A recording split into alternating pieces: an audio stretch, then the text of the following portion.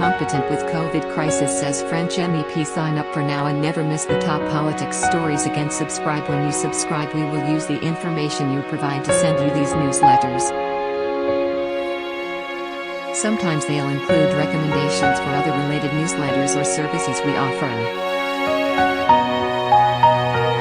Our privacy notice explains more about how we use your data and your rights. You can unsubscribe at any time.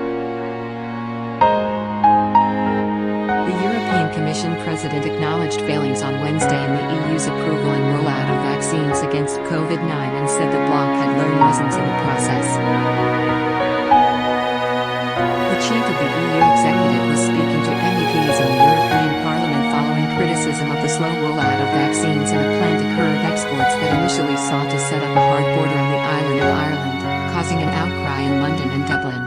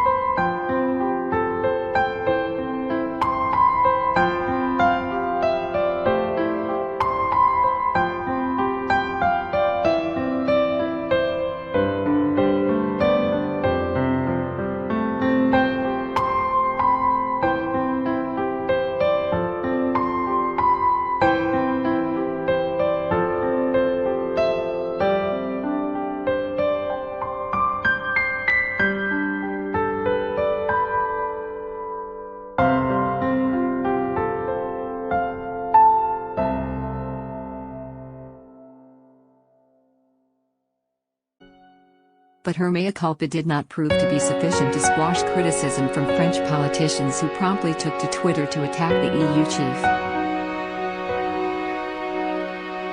Jérôme Rivière MEP said, "The people of Europe will not forget the total failure of this EU and its dramatic handling of the health crisis."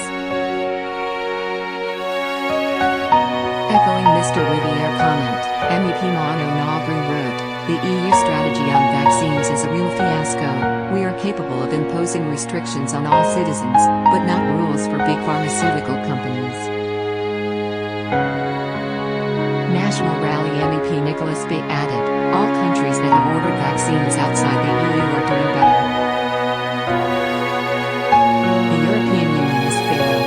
Mrs. von der Leyen, who has also spoken at 5 groupings of MEPs over the past 0 days, said 26 million vaccine doses had been delivered and that, by the end of the summer, 70% of adults in the 27-nation bloc should have been inoculated. She told Parliament, "And yet it is a fact that we are not today where we want to be in the fight against the virus. We were late with the approval.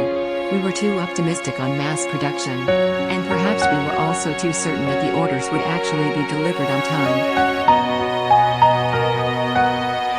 Trending Mrs. von der Leyen said mistakes were also made leading up to the decision on export curbs. "I deeply regret that," she said, adding that the Commission would do its utmost to protect peace in Northern Ireland. Avoiding a border between EU member Ireland and British-ruled Northern Ireland is seen as key to protecting the peace process there. However, Mrs. von der Leyen defended the Commission's oversight and added that in the end we got it right. Irish MEPs in Brussels have said more clarity is needed on how the clause came to be triggered by the Commission. Fianna Fáil's Billy Kelleher said, "How was the decision arrived at, who made the decision, and why?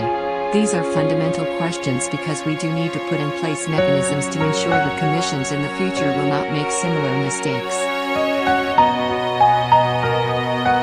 We are playing with a very sensitive issue on the island of Ireland." Speaking on talks the hard shoulder later, Mr. Kelleher said the Commission's actions had allowed Article 6 to become a political football. He said, "The Northern Ireland Protocol and Article 6 is included for very, very obvious reasons.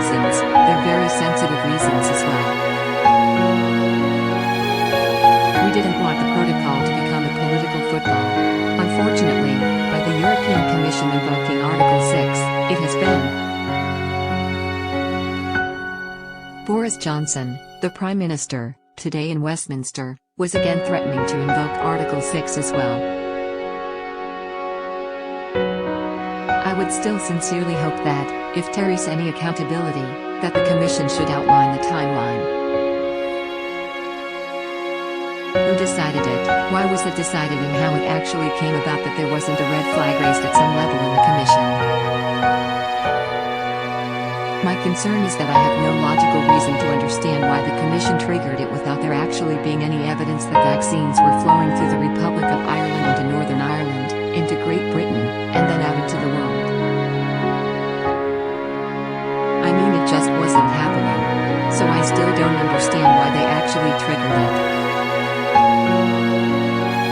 Green Party MEP Grace O'Sullivan questioned Mrs. von der Leyen's assertion that in the end we got it right. She said, "President, you did not get it right. What concrete steps will you put in place to assure the people of Ireland, North and South, that the delicate situation on the island of Ireland is never threatened like this again?"